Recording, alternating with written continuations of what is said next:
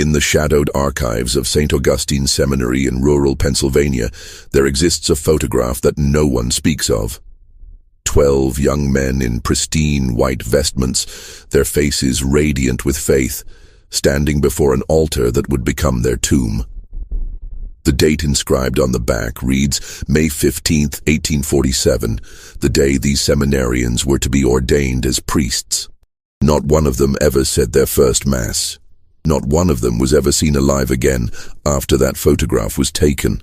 For over a century and 70 years, the Catholic Church has maintained that the entire ordination class of 1847 died in a tragic fire that consumed the seminary's east wing.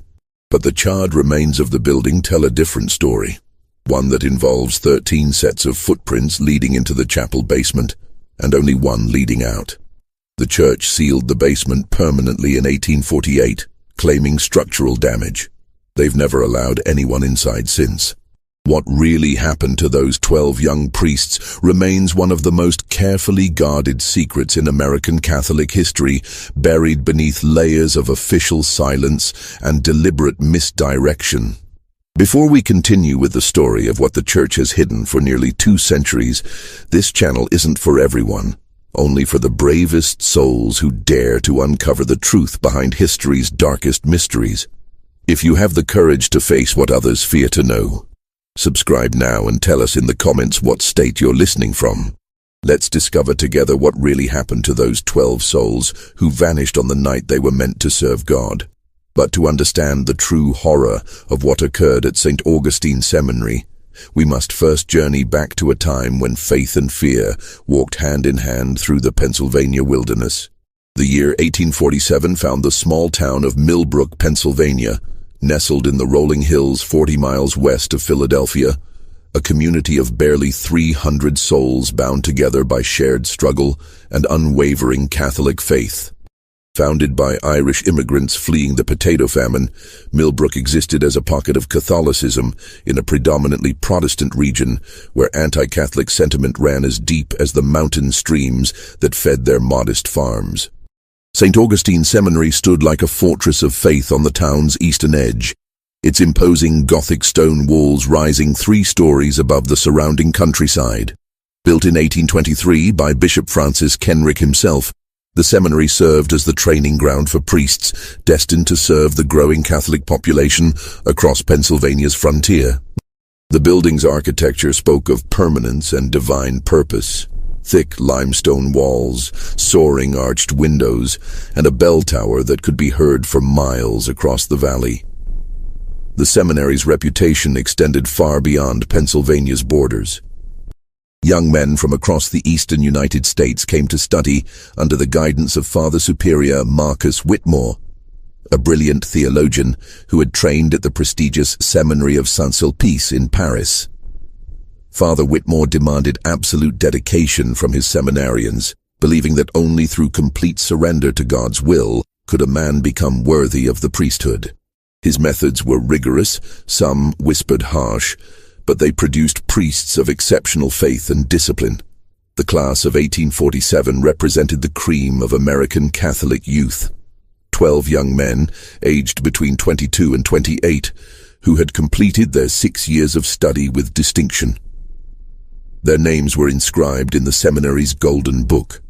Michael O'Brien from Boston, Thomas Kellerman from Baltimore, Patrick Murphy from New York, James Fitzgerald from Philadelphia, and 8 others whose families had sacrificed everything to see their sons serve God. Among them stood out Francis Benedetto, the son of Italian immigrants who had settled in Pittsburgh. At 24, Francis possessed an intellectual brilliance that impressed even Father Whitmore. He spoke 5 languages fluently, had memorized vast portions of scripture, and demonstrated a theological understanding that seemed to transcend his years. His fellow seminarians looked to him as their natural leader, and many believed he would one day become a bishop. The seminarians lived in Spartan cells on the 2nd floor of the East Wing, rising each morning at 4 for lauds, followed by meditation, mass, breakfast, and 8 hours of study. Their days ended with compline at 9, after which the great silence began. No word was to be spoken until the following morning's prayers.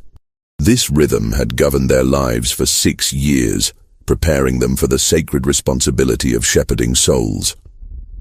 But in the weeks leading up to their ordination, something had begun to change within the seminary's walls. The seminarians spoke in whispers of strange dreams that visited them nightly, visions of a 13th figure dressed in black vestments, standing at the altar during their future ordination ceremony. They described the figure's face as obscured by shadow, but its presence filled them with a mixture of terror and inexplicable attraction. Father Whitmore had noticed their increasing restlessness. During their final examinations, several seminarians had given answers that troubled him deeply. When asked about the nature of sacrifice, Francis Benedetto had spoken not of Christ's sacrifice on the cross, but of the greater sacrifice that opens the door to true understanding. When questioned about obedience, Thomas Kellerman had replied that obedience to God sometimes requires disobedience to man. The other faculty members, Father Jonathan Mills, Father David Brennan, and Father Peter Kowalski, had expressed their own concerns to Father Whitmore. The seminarians had been discovered in the chapel at unusual hours, kneeling in prayer formation around a circle drawn in ash on the floor. When confronted, they claimed to have no memory of how they came to be there. Their explanation was always the same. They had been called to pray by a voice that spoke in their dreams. As May 15th approached, the entire town of Millbrook prepared for the ordination ceremony. It would be the largest such event in the region's history, with Bishop Kenrick himself traveling from Philadelphia to perform the sacred ritual. Families from across the eastern seaboard had already begun arriving, filling the town's modest inn and staying with local families who opened their homes to the visitors. The ceremony was scheduled for 10 in the morning, to be followed by a grand celebration that would last until evening. The seminarians would speak their final vows, receive the sacred oils of ordination, and transform from students into priests, empowered to celebrate Mass, hear confessions, and guide souls to salvation. It was to be the culmination of their years of preparation, the moment when their lives would be forever consecrated to God's service. But on the night of May 14th, as the seminarians knelt for their final evening of prayer before ordination, none of them could have imagined that they were about to become part of a mystery that would haunt the Catholic Church for generations to come. The evening of May 14th, 1847, began like any other in the life of St. Augustine Seminary. The seminarians had completed their final examinations and spent the afternoon in quiet reflection, preparing their souls for the sacred transformation that awaited them with the dawn. As darkness settled over the Pennsylvania countryside, the familiar rhythm of Compline echoed through the stone corridors, marking the beginning of what should have been their last night as students. Father Whitmore conducted the evening prayers with particular solemnity, his voice carrying extra weight as he blessed the 12 young men who would soon join the ranks of the priesthood. The seminary's chapel, lit by dozens of candles, cast dancing shadows across the ancient stones as the seminarians knelt in their usual formation. But those who observed them closely noted something unsettling. Their eyes seemed fixed not on the altar, but on some invisible point in the air above it. At precisely 9 o'clock, the great silence began.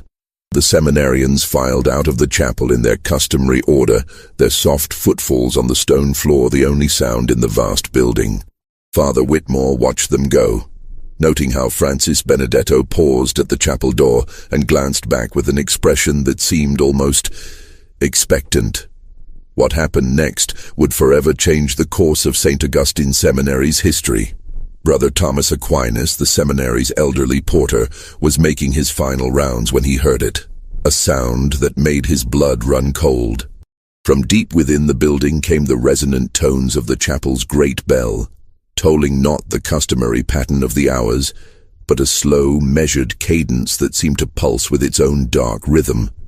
12 tolls, then a pause, then 12 more. The pattern repeated 3 times before falling silent. Brother Thomas knew the bell schedule by heart. No bell was supposed to ring during the great silence. More disturbing still, the bell tower was locked each night, and Father Whitmore kept the only key. Yet the sound was unmistakable, the deep bronze voice of the seminary's own bell, calling out across the sleeping valley. As Brother Thomas hurried toward the bell tower, he encountered Father Mills emerging from his quarters, his face pale with concern. "Brother, did you hear?" Father Mills began, but his words were cut short by another sound that sent ice through both men's veins. From the chapel came the sound of chanting, not the familiar Latin of their daily prayers, but something older, more primal. The voices were unmistakably those of the seminarians, but the words they spoke seemed to come from no Christian liturgy. The chanting rose and fell in waves, punctuated by responses that echoed strangely in the stone chamber. Father Mills and Brother Thomas approached the chapel doors with mounting dread. The massive oak portals, which had stood open during evening prayers, were now sealed shut. When Father Mills pressed his ear to the wood, he could hear the seminarians' voices clearly, but the words they spoke seemed to shift and change, even as he listened, as if the very air was transforming the sounds. Father Whitmore appeared at the end of the corridor, moving with urgent purpose. In his hand he carried a ring of keys, his face set in grim determination. "The bell tower is locked," he announced grimly. No one rang that bell from above. The three men stood before the chapel doors, the chanting continuing beyond the thick oak barriers. Father Whitmore selected a large iron key from his ring, the master key that opened every door in the seminary. But when he inserted it into the lock, it would not turn. The mechanism, which had functioned perfectly for over 20 years, seemed to have frozen solid. "Get Father Brennan and Father Kowalski," Father Whitmore ordered Brother Thomas. "Something is very wrong here." As Brother Thomas hurried away, the chanting within the chapel began to change. The voices grew louder, more insistent, and underneath them both priests could hear another sound, footsteps descending what sounded like stone steps. But the chapel had no stairs. The floor was level throughout, with only the raised altar at the far end. Father Brennan and Father Kowalski arrived within minutes, their faces reflecting the same mixture of concern and bewilderment that gripped their colleagues. Together, the four priests worked to open the chapel doors, but no amount of effort could budge the ancient locks. It was as if the doors had been sealed from within by some force beyond their understanding. Then, as suddenly as it had begun, the chanting stopped. The silence that followed was so complete, so absolute, that it seemed to press against their ears like a physical weight. Father Whitmore called out to the seminarians, his voice echoing off the stone walls of the corridor. No response came. The priests spent the next hour attempting to breach the chapel doors, but their efforts proved futile. Finally, Father Whitmore made a decision that would haunt him for the rest of his life. "We'll have to go around," he announced. "The sacristy door connects to the chapel from the outside." The five men, the four priests and Brother Thomas, made their way through the seminary's corridors to the external door that led to the sacristy. This smaller entrance, used primarily for storing vestments and sacred vessels, provided direct access to the chapel's interior. Father Whitmore's key worked smoothly in this lock, and the door swung open without resistance. What they found inside defied every expectation and challenged every assumption about what was possible within the sacred walls of St. Augustine's Seminary. The chapel was empty, not merely vacant, but impossibly, completely empty. The 12 seminarians who had been chanting only moments before had vanished without a trace. Their prayer books lay scattered across the floor, pages torn and scattered like autumn leaves. The candles that had illuminated their evening prayers had been extinguished, leaving only the cold smell of recently snuffed wax. But it was the altar that truly shook the priests to their core. The massive stone structure, which had stood unchanged for over 20 years, had been moved. Not shifted slightly, but completely relocated to reveal a gaping hole in the floor beneath. A hole that descended into darkness so complete that their lamplight could not penetrate its depths. Father Whitmore approached the opening with trembling steps. The hole was perfectly circular, perhaps 4 feet in diameter, with stone steps carved into its walls, spiraling downward into the earth. The stonework was old, far older than the seminary itself, and covered with symbols that none of the priests recognized. The air that rose from the depths carried a strange, sweet scent that seemed to cling to their nostrils and make their heads spin. "This is impossible," Father Brennan whispered, his voice barely audible. The chapel was built on solid ground. The foundation records show no basement, no crypt, nothing. Father Kowalski knelt beside the opening, holding his lamp as far down as he dared. "The steps go down at least 20 feet, he reported. "I can see more symbols carved into the walls, but I can't make out where they lead." As the priests debated what to do next, Brother Thomas made a discovery that would prove crucial to understanding the night's events. Near the altar, partially hidden beneath a scattered prayer book, he found a folded piece of paper. The parchment was old, its edges yellowed with age, and the handwriting upon it was in a hand none of them recognized. Father Whitmore read the document aloud, his voice growing more strained with each word. "To those who seek the truth beyond the veil of mortal understanding, know that the path to true enlightenment requires sacrifice beyond what the weak-hearted can comprehend. The 12 who descend this night do so of their own will, called by voices that speak from depths older than any church, older than any faith built by human hands. They go to serve a purpose higher than any earthly ordination can provide. Seek them not in the world above, for they have chosen to serve in the world below. Their sacrifice opens the door for others to follow. The 13th witness remains to tell their tale." The document was unsigned, but the implications were clear and terrifying. The seminarians had not been taken against their will. They had gone willingly into the depths beneath the chapel. But who or what had called them there, and who was the 13th witness mentioned in the note? Father Whitmore folded the parchment carefully and placed it in his vestment pocket. "We must search the opening," he announced, though his voice betrayed his reluctance. "If there's any chance they're still alive." But before any of them could make the descent, a new sound echoed from the depths below, the sound of stone grinding against stone as if massive blocks were shifting into place. The priests watched in horror as the opening began to close, the stone steps disappearing section by section as some mechanism sealed the passage from below. Within minutes, the hole was completely covered by what appeared to be solid stone floor.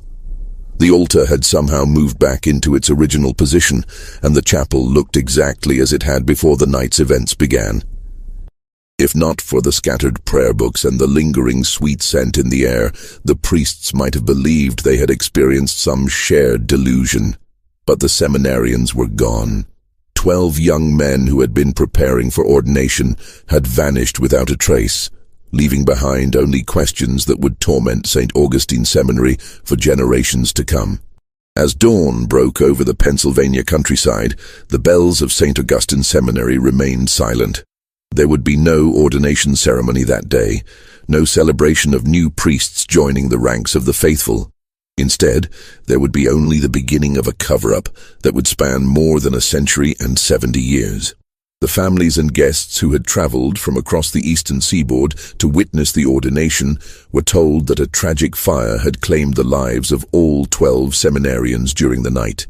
The east wing of the seminary was indeed set ablaze later that morning, destroying any evidence of the night's true events. Official records would show that the young men had been trapped in their dormitory and overcome by smoke, their bodies consumed by the flames. But those who knew the truth, the 4 priests and Brother Thomas, would carry the weight of that night's events for the rest of their lives. They had witnessed something that challenged every foundation of their faith, something that suggested the existence of forces and purposes beyond the scope of Christian understanding.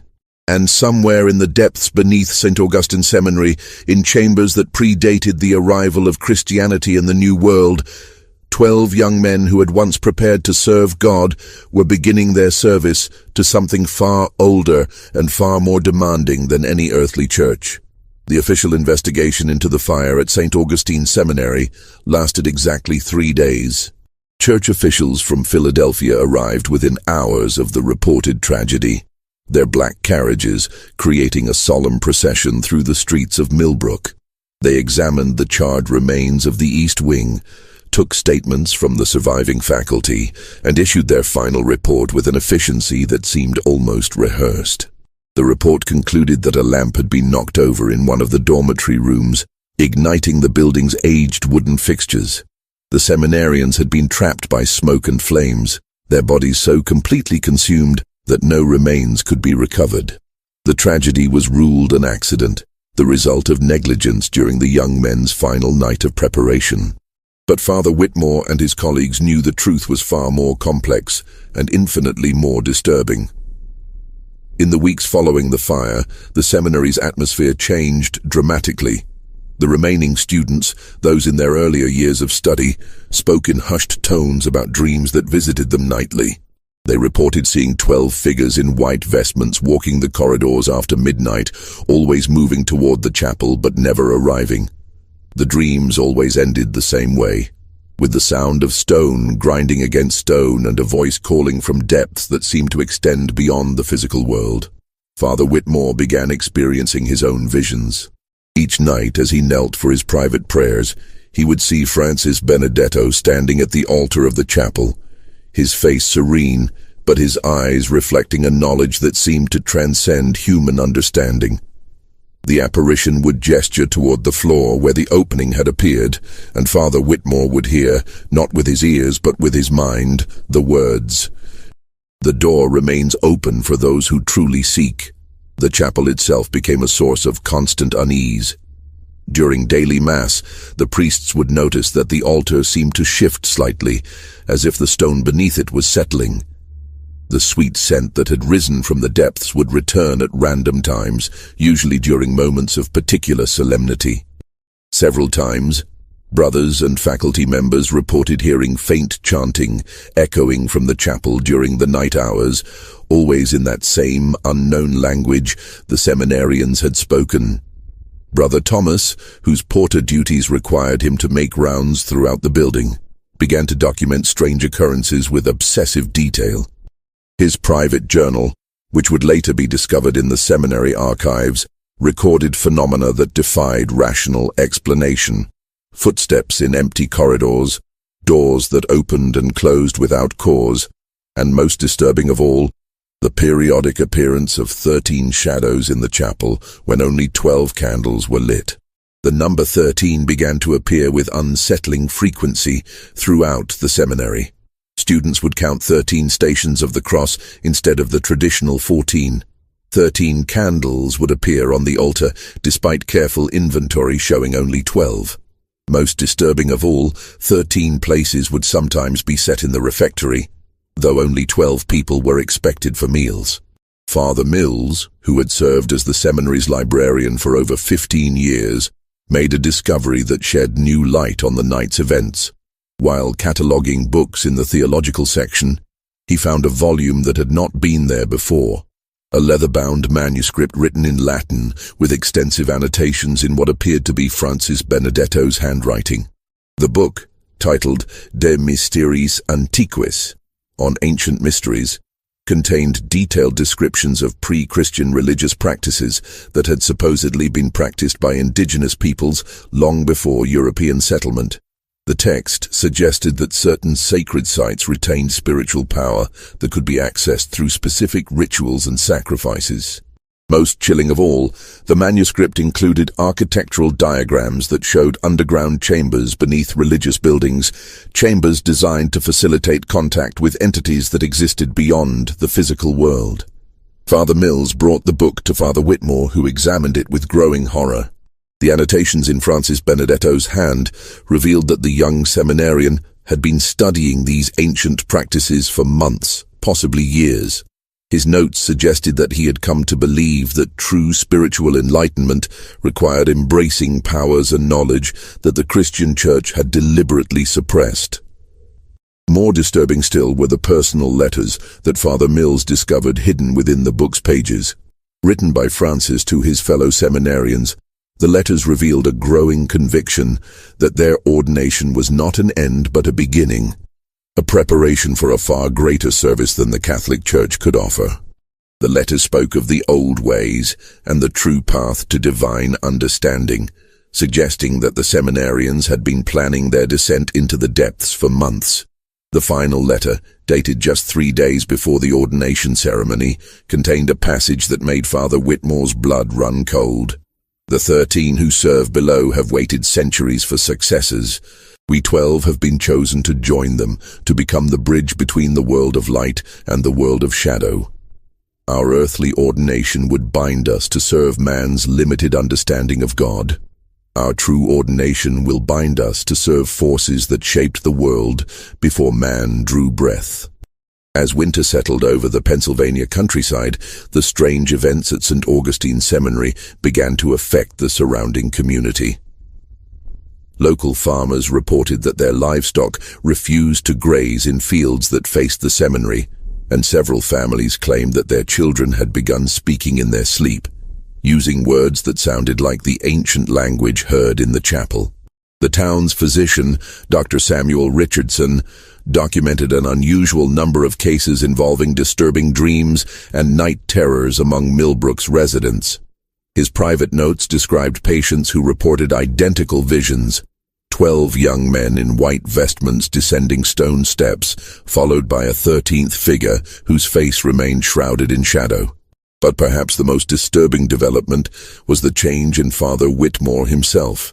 The priest, who had once been known for his intellectual rigor and unwavering faith, began to exhibit signs of profound spiritual distress. He would spend hours alone in the chapel, kneeling on the spot where the opening had appeared, his lips moving in what appeared to be prayer, but which those who listened closely recognized as repetition of the same ancient syllables the seminarians had chanted. Father Brennan, growing increasingly concerned about his superior's mental state, began to keep his own secret journal. His entries reveal a man struggling to reconcile his faith with experiences that challenged every theological foundation he had ever accepted. He wrote of finding Father Whitmore in the chapel at impossible hours, apparently deep in conversation with invisible presences. Most disturbing of all, he recorded that Father Whitmore had begun to refer to himself as the 13th witness, the same title mentioned in the mysterious note found after the seminarian's disappearance. As the first anniversary of the tragic fire approached, the seminary's enrollment had dwindled to fewer than 20 students. Families who had once considered it an honor to send their sons to St. Augustine now avoided the institution entirely. Rumors spread throughout the Catholic communities of Pennsylvania about the cursed seminary, where young men disappeared and strange voices echoed through the night. Church officials in Philadelphia began to discuss the possibility of closing St. Augustine Seminary permanently. The building had become a liability, a source of scandal and supernatural speculation that threatened to undermine the church's authority in the region. But before any final decision could be made, an event occurred that would forever change the course of the seminary's history and reveal the true extent of the horror that had taken root beneath its foundations. The event began with a letter that arrived at the seminary on the morning of May 14, 1848, exactly 1 year after the seminarian's disappearance. The envelope bore no return address, and the handwriting was elegant but unfamiliar to any of the faculty. Father Whitmore opened it with trembling hands, his face growing pale as he read the contents aloud to his assembled colleagues. The letter that arrived on that grey May morning contained only a few lines, but their implications would shatter whatever remained of the seminary's peace. To the faithful servants of St. Augustine Seminary, the year of preparation is complete. The door beneath the sacred altar opens once more tonight. The 13th witness must choose: remain in the world of light and watch your flock scatter like leaves before the wind, or descend to join those who serve the deeper truth. The choice has always been yours, Marcus. The 12 who wait below call your name in voices that carry the weight of centuries. Come to us freely, or watch your life's work crumble to dust. The letter was unsigned, but Father Whitmore recognized the handwriting. It was Francis Benedetto's elegant script, unchanged despite a year beneath the earth. Father Brennan, who had been watching his superior with growing concern, saw the color drain from Father Whitmore's face as he read the letter. "Marcus," he said softly, using his friend's Christian name for the first time in years. "What does it say?" Father Whitmore's response came in a voice barely above a whisper. "They're calling me home." The other priests demanded to see the letter, but Father Whitmore clutched it to his chest with desperate intensity. His eyes, which had once burned with intellectual fervor, now held the glazed look of a man who had stared too long into an abyss that had finally begun to stare back. As evening approached, the seminary's remaining students and faculty noticed a change in the building's atmosphere. The stone walls seemed to pulse with an energy that made the air itself feel thick and oppressive. The sweet scent that had appeared intermittently throughout the year now permeated every corridor, growing stronger with each passing hour. Father Kowalski, who had been documenting the seminary's decline in his private correspondence with church officials in Philadelphia, wrote his final letter that afternoon. In it, he described Father Whitmore's deteriorating condition and his growing conviction that something ancient and malevolent had taken root beneath the seminary's foundations. He ended the letter with a request for immediate assistance and a warning that the situation was spiraling beyond their control.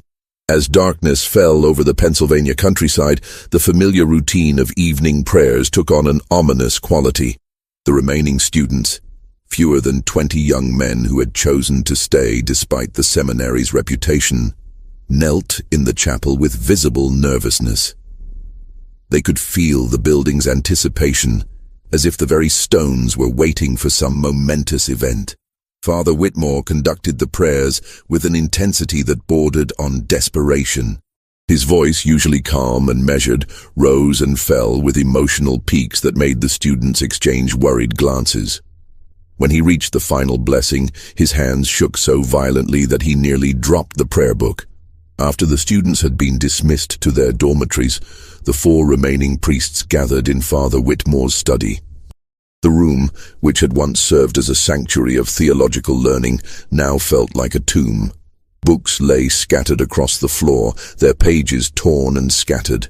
The walls, once lined with centuries of religious scholarship, now displayed only empty shelves and faded rectangles where paintings had hung.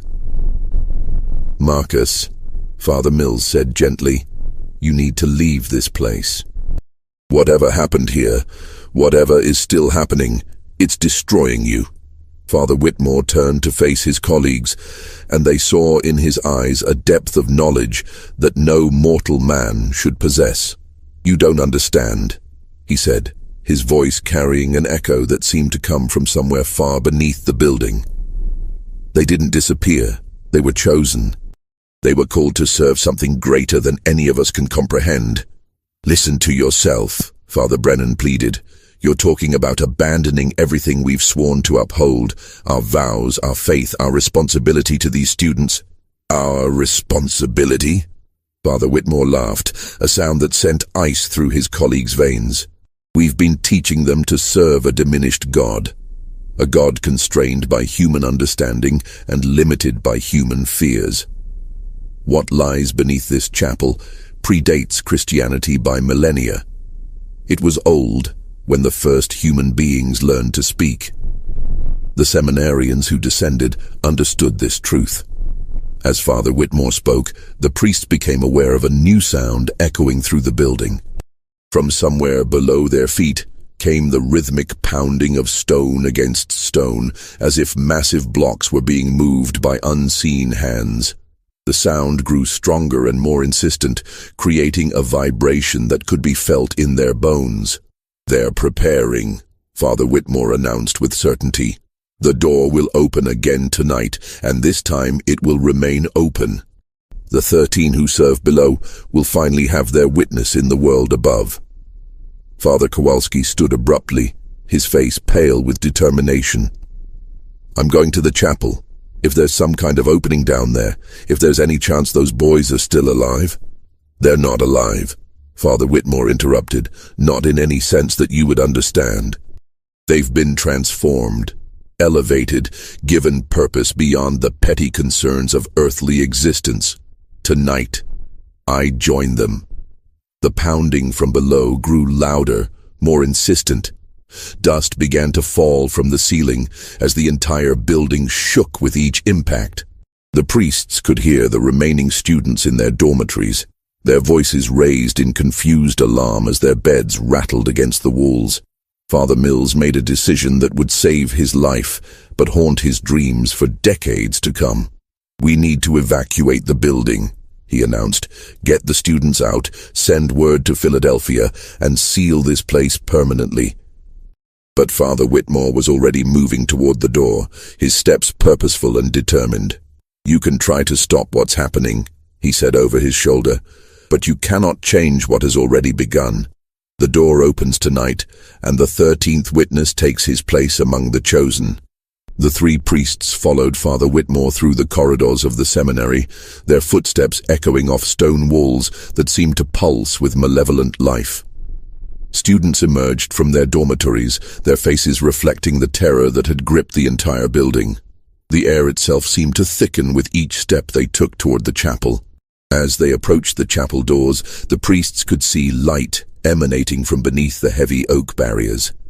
Not the warm glow of candles, but a cold, blue radiance that seemed to come from deep within the earth itself. The pounding from below had evolved into a complex rhythm, like a heartbeat that originated from the very foundations of the building. Father Whitmore placed his hand on the chapel door, and it swung open without resistance. The sight that greeted them would be burned into their memories for the rest of their lives. The chapel's floor had opened once again, revealing the spiral staircase that descended into the earth. But this time, the opening was larger, perhaps 8 feet in diameter, and the blue light that rose from its depths cast everything in an otherworldly glow. The 12 missing seminarians stood around the opening's edge, their white vestments now gleaming with that same cold radiance. But they were no longer the young men who had disappeared a year ago. Their faces had taken on an ageless quality, their eyes reflecting knowledge that seemed to span centuries. They moved with perfect synchronization, their gestures forming patterns that hurt to look at directly. When they spoke, their voices harmonized in ways that human vocal cords should not have been able to produce. "Marcus," they said in unison, their combined voices creating harmonics that made the chapel's stone walls ring like bells. "The circle is almost complete. Take your place among us, and the work can truly begin." In the center of the circle, rising from the depths of the opening, stood a figure that made the priests' minds recoil from comprehension. It was tall and draped in robes that seemed to be cut from the darkness itself. Where its face should have been, there was only a void that seemed to pull at their sanity like a physical force. "The 13th witness." The figure spoke, its voice coming from everywhere and nowhere at once. "The one who will carry our message to the world above. The bridge between what was and what will be." Father Whitmore stepped forward, his face radiant with an expression that combined ecstasy and terror in equal measure. "I understand now," he said, his voice carrying the same impossible harmonics as the seminarians. "I've been chosen to serve a purpose greater than any earthly church could provide." As he approached the opening, the 3 remaining priests finally understood the true horror of what they were witnessing. This was not merely about the disappearance of 12 young men. It was about the transformation of human souls into something utterly foreign to God's creation. The seminarians had not been killed. They had been recruited into service of entities that existed in the spaces between light and shadow, beings that predated human civilization and sought to reclaim dominion over the world above. Father Brennan, driven by a desperate courage that surprised even himself, lunged forward to stop his superior. But the seminarians moved with inhuman speed, their hands grasping him with strength that seemed to flow from the earth itself. As they held him, he could feel something pressing against his mind. Alien thoughts that sought to overwhelm his consciousness with visions of cosmic truth and universal insignificance. "You cannot stop what has already begun," Francis Benedetto said, his voice carrying the weight of absolute certainty. The door has been opened, and those who serve below have been patient for far too long. The 13th witness will ensure that our message reaches every corner of the world above. The struggle in the chapel intensified as the remaining priests realized the full scope of what they were facing. This was not a simple case of religious apostasy or even demonic possession. It was something far more ancient and infinitely more dangerous. The entities that had claimed the seminarians operated according to laws that predated human understanding, and their patience was finally exhausted. Father Kowalski, drawing upon reserves of faith he didn't know he possessed, began to recite the Lord's Prayer in Latin. The words seemed to cause the blue light to flicker and dim, and for a moment the seminarians' perfect synchronization faltered. The tall figure in the center of the circle turned its attention to him, and Father Kowalski felt his mind being probed by something vast and utterly alien. "Your prayers have no power here." The figure spoke, its voice creating harmonics that made the chapel's stones groan. "This place was sacred long before your carpenter God walked among men. The earth itself remembers older truths, older powers. Your faith is a flickering candle in the face of an eternal darkness." But Father Kowalski continued his prayer, his voice growing stronger with each word. The other priests joined him, their combined voices creating a barrier of sacred sound that seemed to hold the transformed seminarians at bay. For a moment, it appeared that their faith might be enough to break whatever hold the entities had over Father Whitmore. Then Francis Benedetto spoke a single word in the ancient language, and the very air in the chapel seemed to solidify. The priests' voices died in their throats as an invisible force pressed against their lungs, making each breath a struggle. The blue light from the opening intensified, casting their shadows in impossible directions that seemed to move independently of their bodies. Father Whitmore, standing at the edge of the opening, turned to face his colleagues one final time. His face had taken on the same ageless quality as the seminarians, but his eyes still held a flicker of the man they had known for so many years. "Tell them," he said, his voice barely recognizable as human. "Tell them that we found what we were truly seeking. Tell them that the door between worlds has been opened, and soon others will follow the path we have chosen."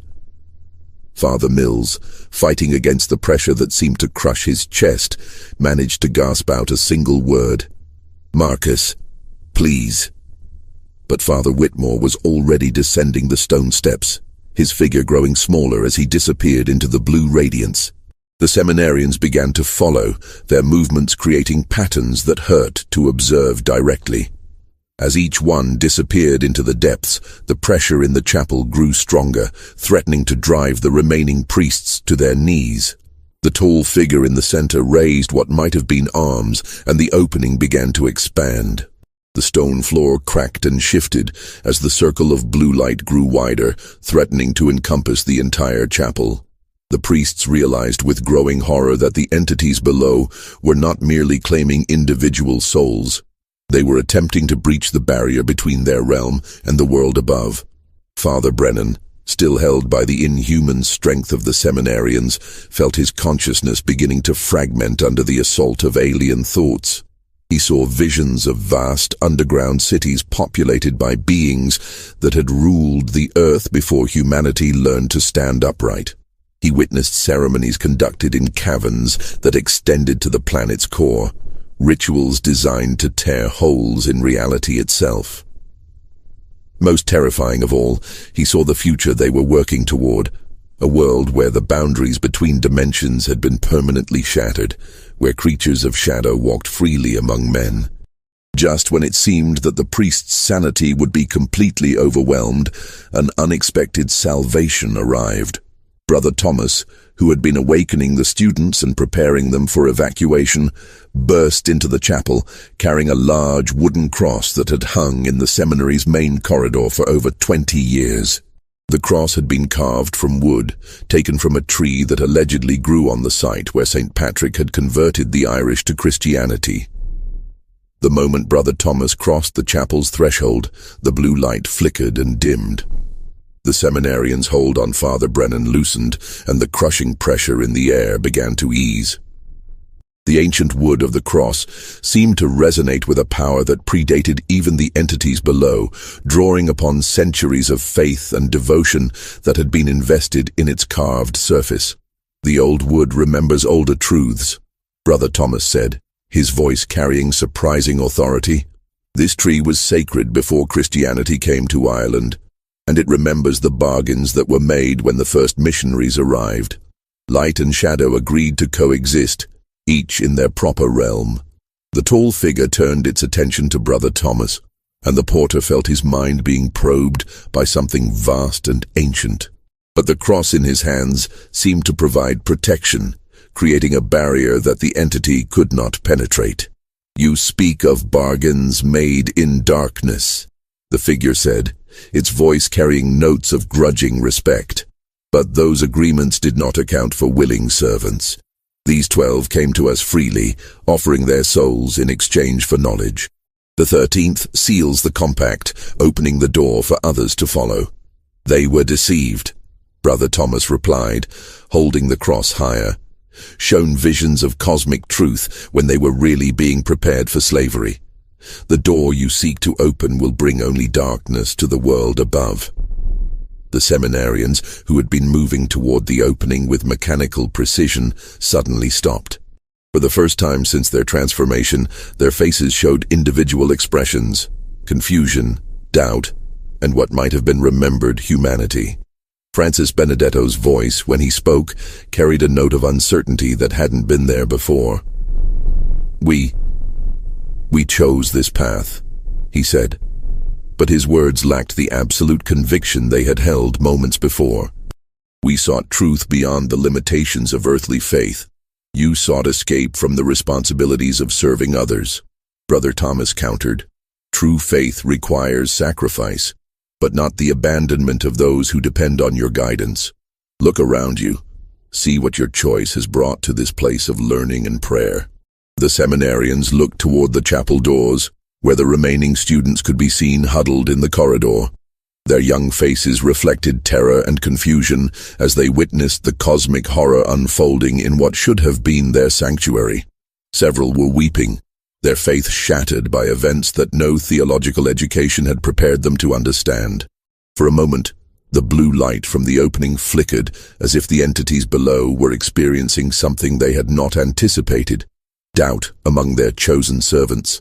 The tall figure's attention turned from Brother Thomas to the seminarians, and when it spoke, its voice carried notes of anger and urgent command. "The compact is sealed," it declared. "The willing sacrifice has been accepted. The door will not close until the 13th takes his place among the chosen." But Father Whitmore's voice rose from the depths of the opening, and for the first time in months, it sounded entirely human. I can see what this leads to," he called, his words echoing strangely off the stone walls. "The visions they showed us, they were incomplete. This path leads not to enlightenment, but to the destruction of everything we swore to protect." The seminarians turned toward the opening, their perfect synchronization broken by their superior's words. Francis Benedetto stepped closer to the edge, his face reflecting a struggle between the alien influence that had claimed him and the remnants of his humanity. "Marcus," he called down into the depths, "what do you see? What truth have they hidden from us?" Father Whitmore's response came in a voice cracked with horror and regret.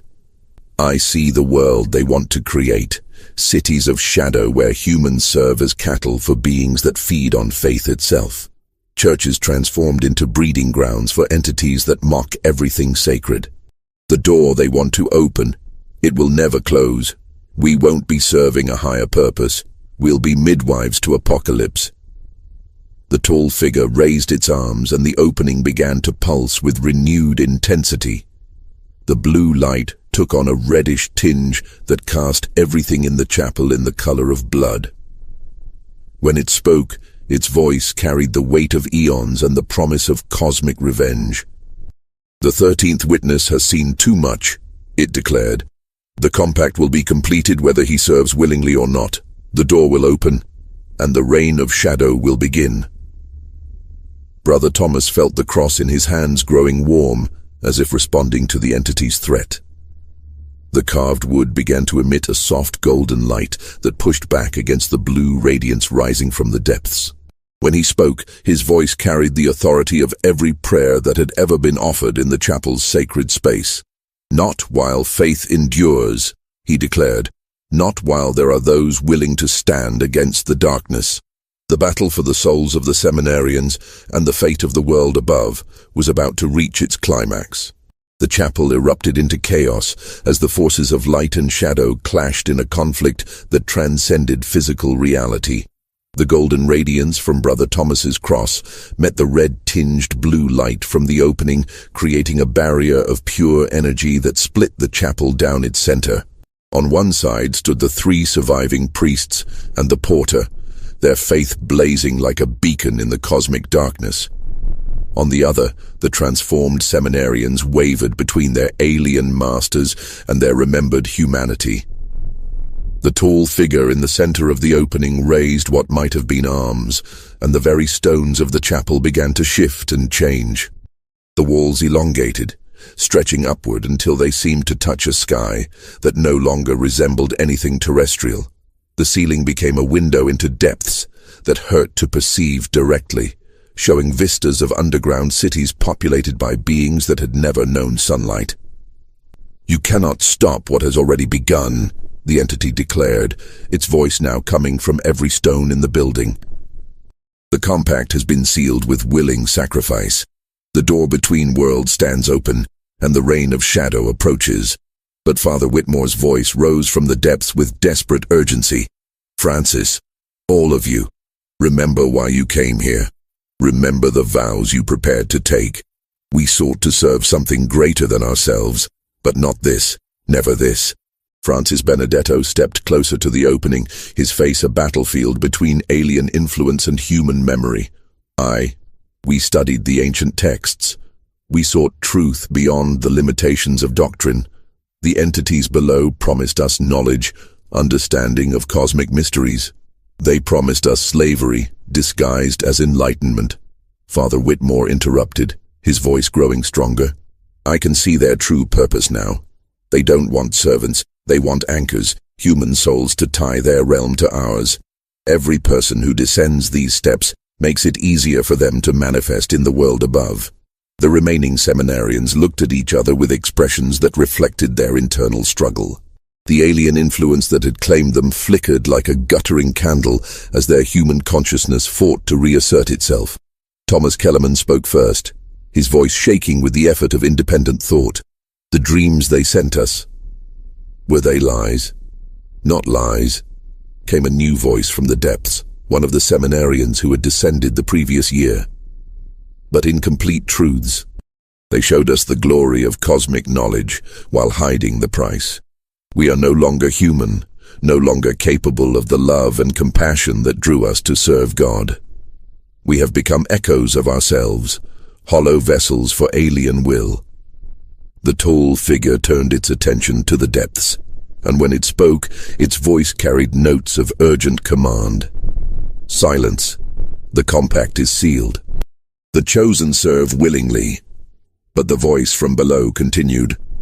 "We serve because we have no choice. The moment we descended these steps, our free will was forfeit. Don't let them claim you, Francis. Don't let them claim any more souls to their eternal darkness." Brother Thomas felt the cross in his hands growing warmer, its golden light intensifying until it illuminated every corner of the chapel. The sacred wood seemed to resonate with power drawn from centuries of faithful prayer, creating a barrier that held the entity's influence at bay. "The choice is still yours," he called to the seminarians. "Your souls haven't been fully claimed yet. You can still choose to serve the light instead of the darkness." Francis Benedetto looked at his fellow seminarians, seeing in their faces the same struggle he felt in his own heart. The alien influence that had seemed so compelling in the months leading up to their ordination now felt like chains made of shadow, binding them to purposes that mocked everything they had once held sacred. "What about Father Whitmore?" he asked. "What about those who have already descended?" The tall figure spoke before Brother Thomas could respond. "They are ours eternally. The compact cannot be broken. The door will remain open regardless of what you choose." But Father Whitmore's voice rose from the depths with surprising strength. "The compact was based on deception. We were not fully informed of the consequences. By the laws they themselves follow, incomplete knowledge invalidates consent." The entity's attention turned sharply toward the opening, and for the first time, its absolute confidence seemed to waver. When it spoke, its voice carried notes of uncertainty that hadn't been there before. The chosen descended willingly. They sought knowledge and power beyond mortal understanding. "We sought to serve God," Father Whitmore replied, his voice growing stronger with each word. "When we discovered that your offer required abandoning that service, we had already been changed beyond our ability to refuse. That is not willing consent, that is entrapment."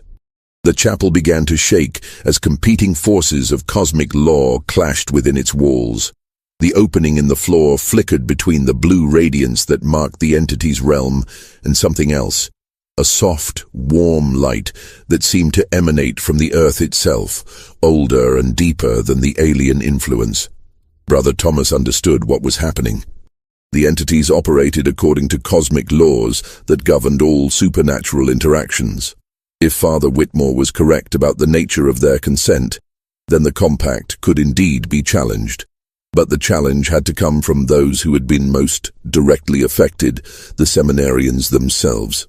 "Francis," he called urgently, "you and your classmates have to choose, but this time with full knowledge of what that choice means. Will you serve entities that want to use you as anchors for invasion, or will you serve the God who called you to protect and guide his people?" Francis Benedetto looked around the chapel one final time, seeing it not as the transformed nightmare it had become, but as the place where he had spent 6 years preparing to dedicate his life to service. The alien influence that had seemed so compelling now revealed itself as the trap it had always been, a promise of cosmic knowledge that came at the price of everything that made existence meaningful. "I choose," he said, his voice carrying the authority of absolute conviction. "I choose to serve the light, not the darkness. I choose to protect the innocent, not enable their destruction. I choose." He paused, looking directly at the tall figure that had claimed so many souls. "I choose to reject your compact and everything it represents." One by one, the other seminarians made the same choice, their voices joining in a declaration that created harmonics of pure human will. The blue light from the opening began to flicker and dim as the alien influence lost its hold on their souls. The tall figure raised its arms in apparent rage, and the chapel's walls began to crack under the force of cosmic displeasure. "The compact cannot be broken," it declared. "The door will remain open. Others will follow the path you have rejected." But Brother Thomas stepped forward, the cross in his hands blazing with golden radiance that pushed back the darkness. "The compact is broken," he declared with absolute authority. "The chosen have withdrawn their consent with full knowledge of the consequences. By your own laws, they are free." The opening in the chapel floor began to change, the blue radiance giving way to something far older and more powerful. From the depths came not the alien presence that had claimed so many souls, but the voice of the earth itself, ancient, patient, and infinitely compassionate. "The door between realms will be sealed," the voice declared in words that bypassed the ears and spoke directly to the soul. "The compact is indeed broken. Those who descended under false pretenses will be given the choice to return, their humanity restored." The tall figure began to fade, its form becoming translucent as its connection to the world above was severed. As it disappeared, its final words echoed through the chapel with the promise of future threat. "The door may be sealed, but others will find ways to open it. The reign of shadow is inevitable. We are patient. We will wait." But its voice grew fainter with each word until it disappeared entirely, leaving only the warm, golden light that filled every corner of the chapel. From the opening came the sound of footsteps on stone stairs. Not the mechanical procession of the transformed, but the hesitant steps of human beings choosing to return to the light. Father Whitmore emerged first, his face bearing the marks of his ordeal, but his eyes clear and human once more. Behind him came the 12 seminarians who had descended the previous year, their white vestments no longer gleaming with alien radiance, but simply the cloth of young men who had faced ultimate darkness and chosen to reject it.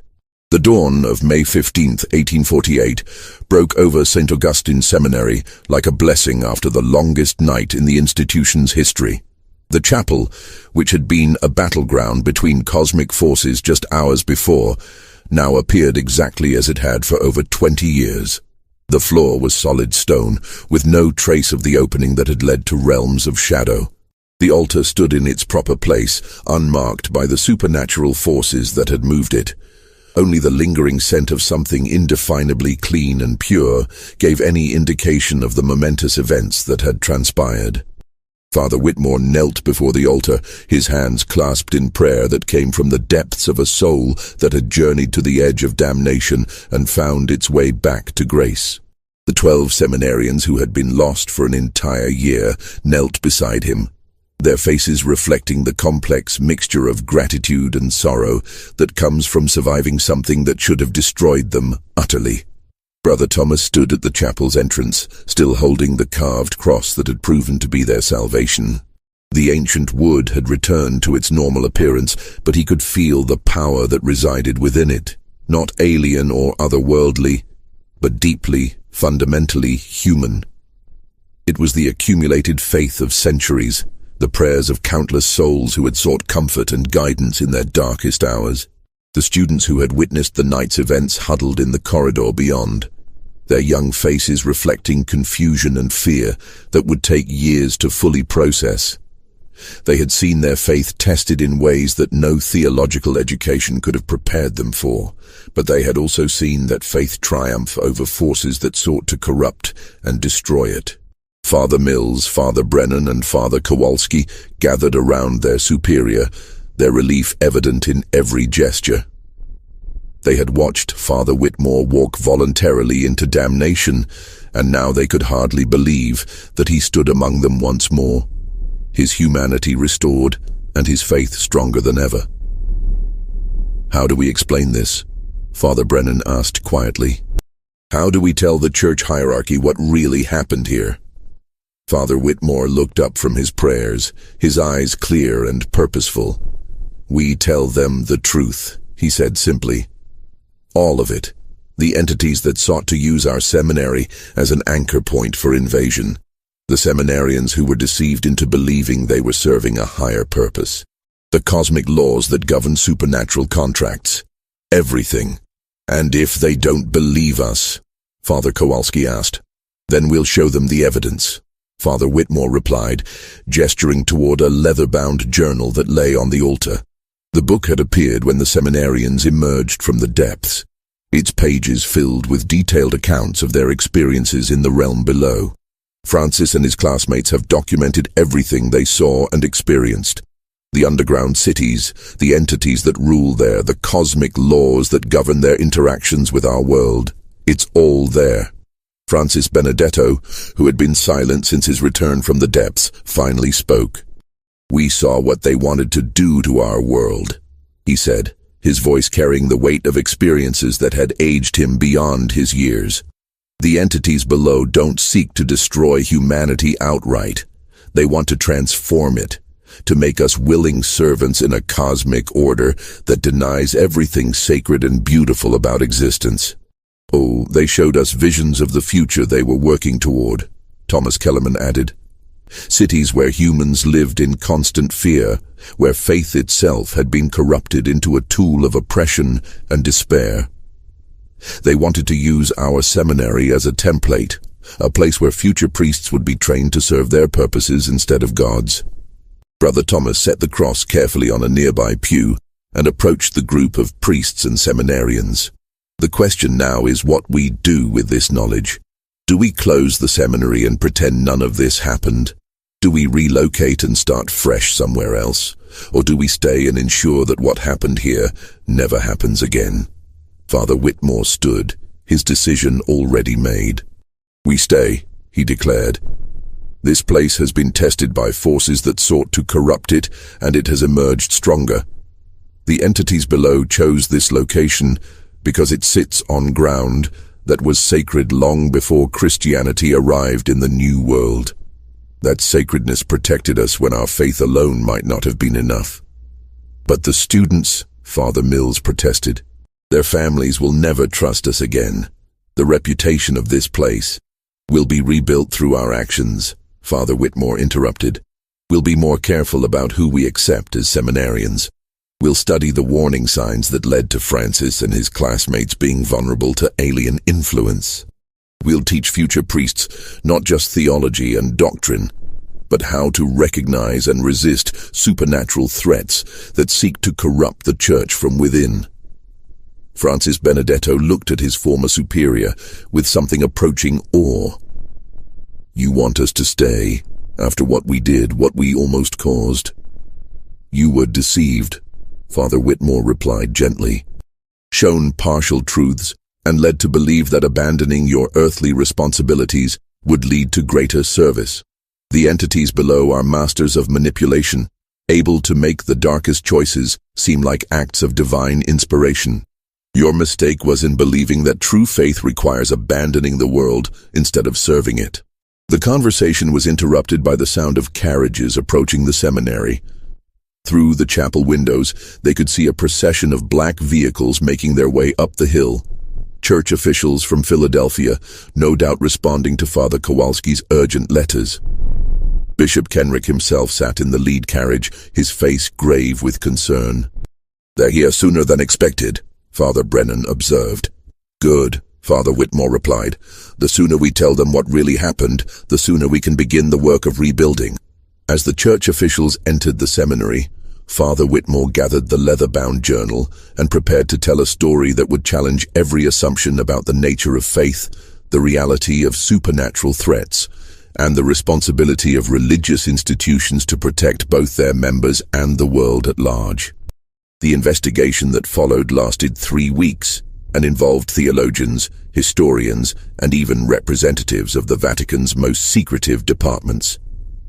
The evidence presented by Father Whitmore and the returned seminarians was exhaustive and undeniable.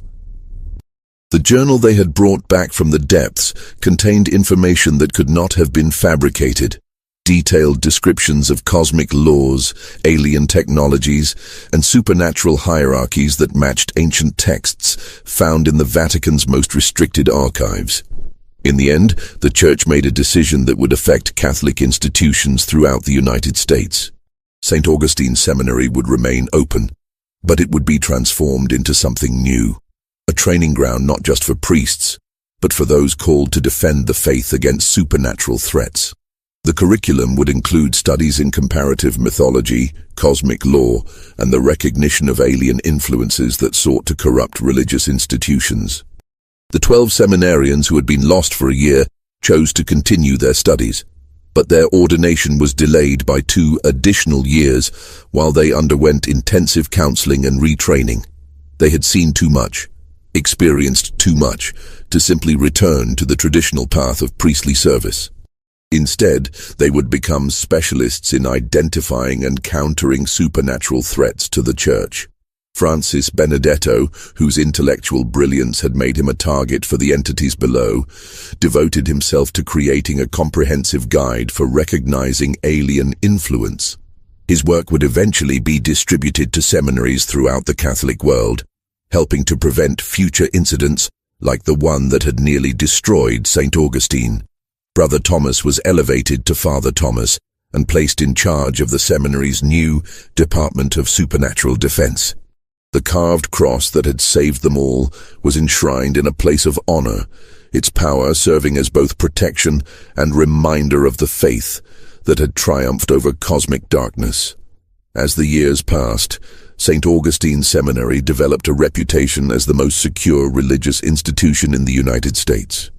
Stories spread throughout Catholic communities about the priests who had faced ultimate darkness and emerged with their faith stronger than ever.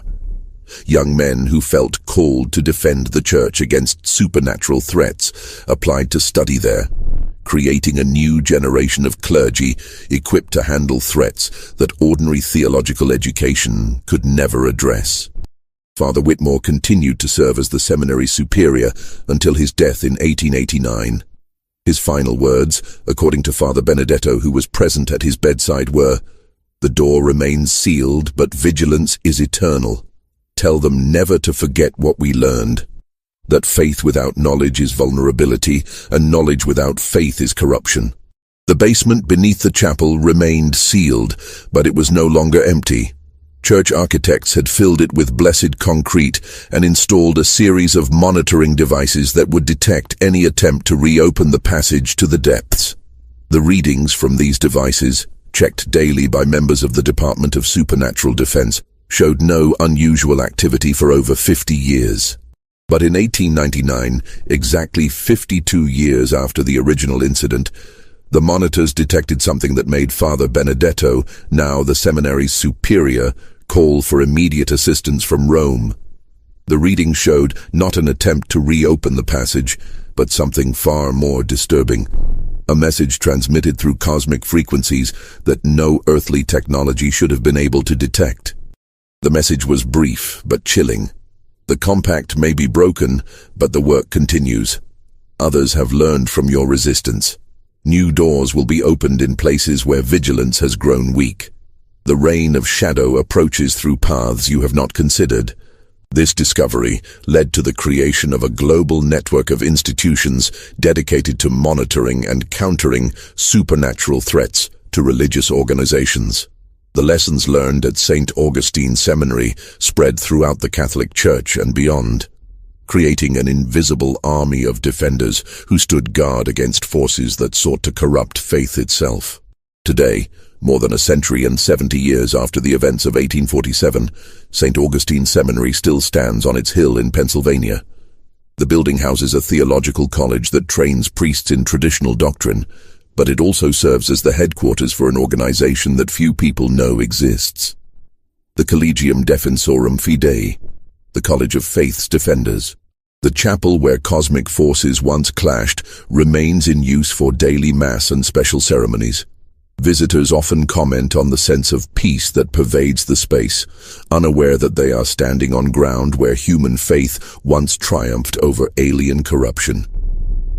The altar beneath which lay the door to otherworldly realms bears a simple inscription that few people notice. Faith tested in fire burns brighter. The story of the 12 seminarians who descended into darkness and returned to light serves as both warning and inspiration for those called to defend faith against supernatural threats. It reminds us that the greatest dangers to religious institutions come not from external persecution, but from internal corruption, from those who would use sacred spaces and trusted positions to serve purposes that mock everything religion is meant to protect. But it also reminds us that faith, when properly understood and courageously applied, has the power to triumph over any darkness. The entities that sought to claim St. Augustine Seminary represented forces older than human civilization, armed with knowledge that spanned cosmic ages. Yet they were defeated by the simple courage of ordinary men who chose to serve light instead of shadow, truth instead of deception, love instead of power. The basement beneath St. Augustine Seminary remains sealed to this day, its concrete barriers monitored by technology that bridges the gap between science and faith. The readings show no unusual activity, suggesting that the door to the depths remains permanently closed. But those who work in the Department of Supernatural Defense know that vigilance is the price of spiritual freedom, and that the forces of darkness are always seeking new ways to corrupt and claim human souls. In the end, the story of the priests who never said their first Mass serves as a reminder that faith is not passive acceptance, but active resistance to everything that seeks to diminish or corrupt it. The 12 young men who were prepared to serve God in traditional ways instead became warriors in a cosmic battle that most people never realize is being fought. Their ordination came not in a ceremony of pageantry and celebration, but in the moment they chose to reject alien promises and return to the light that had called them in the first place. This mystery shows us that the greatest threats to faith come not from those who openly oppose it, but from those who would corrupt it from within, transforming sacred institutions into tools of spiritual slavery. Yet it also demonstrates that faith, properly understood and courageously applied, possesses power that transcends any earthly understanding. What do you think of this story? Do you believe that such cosmic battles between light and darkness continue in places where vigilance has grown weak? Leave your comment below, sharing your thoughts about faith, sacrifice, and the hidden defenders who stand guard against supernatural threats. If you enjoyed this tale of cosmic horror and religious mystery, subscribe now and hit the notification bell to never miss stories that explore the darkest corners of religious history. Share this video with someone who appreciates mysteries that challenge our understanding of faith and reality. Remember, this channel is only for those brave enough to face truths that others fear to acknowledge. See you in the next investigation into the mysteries that history has tried to forget.